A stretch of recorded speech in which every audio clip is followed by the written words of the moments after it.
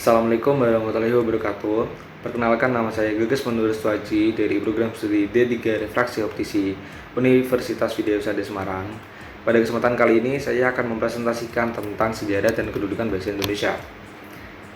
Langsung aja. Perkembangan bahasa Indonesia.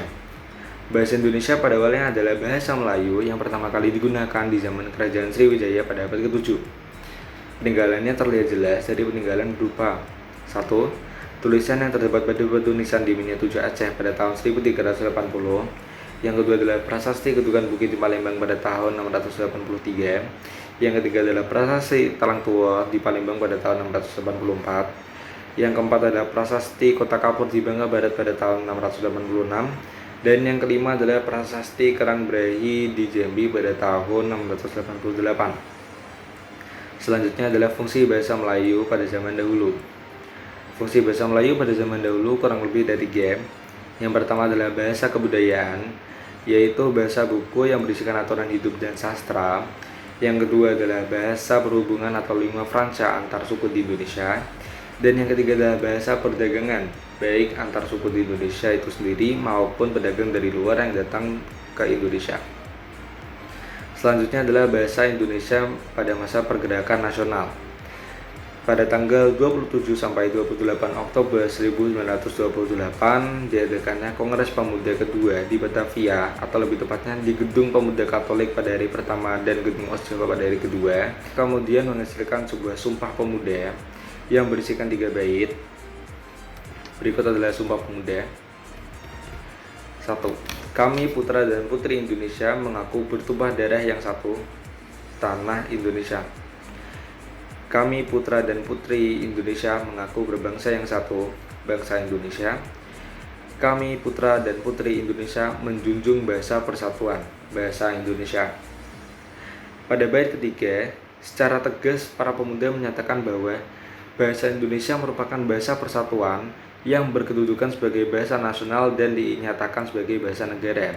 Dan sejak saat itu pula lahirlah nama bahasa Indonesia. Peresmian bahasa Indonesia.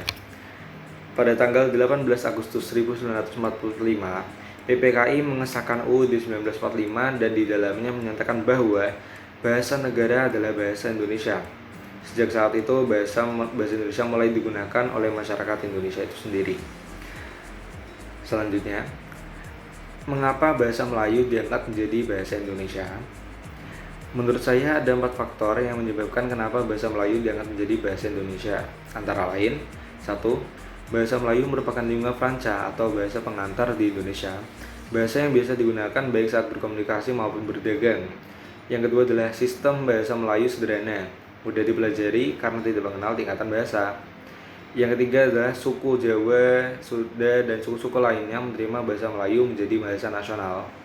Dan yang keempat adalah bahasa Melayu mempunyai kesanggupan untuk dipakai sebagai bahasa kebudayaan dalam arti yang luas. Kedudukan dan fungsi bahasa Indonesia sebagai bahasa nasional.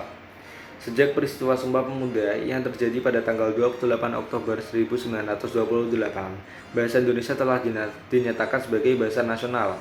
Adapun fungsi-fungsinya yaitu 1. Sebagai identitas nasional, kebanggaan bangsa, alat komunikasi, dan alat pemersatu bangsa.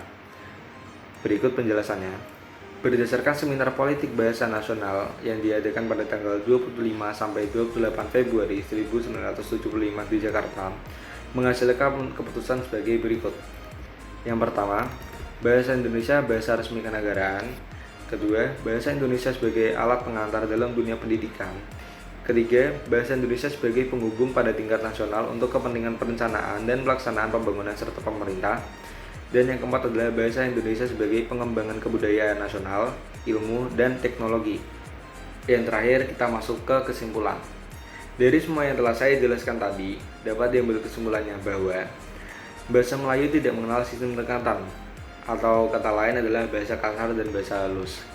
Oleh karena itu, bahasa Melayu dapat digunakan dengan mudah dan dapat dijadikan sebagai lingua franca atau bahasa penghubung yang mulai digunakan sejak zaman Kerajaan Sriwijaya. Oleh karena itu, pada saat Kongres Pemuda kedua diadakan, sebagian besar pemuda setuju untuk menggunakan bahasa Melayu sebagai bahasa pemersatu bangsa Indonesia yang tertuang dalam Sumpah Pemuda dan berganti nama menjadi Bahasa Indonesia. Sekian penjelasan dari saya, kurang lebihnya mohon maaf. Assalamualaikum warahmatullahi wabarakatuh.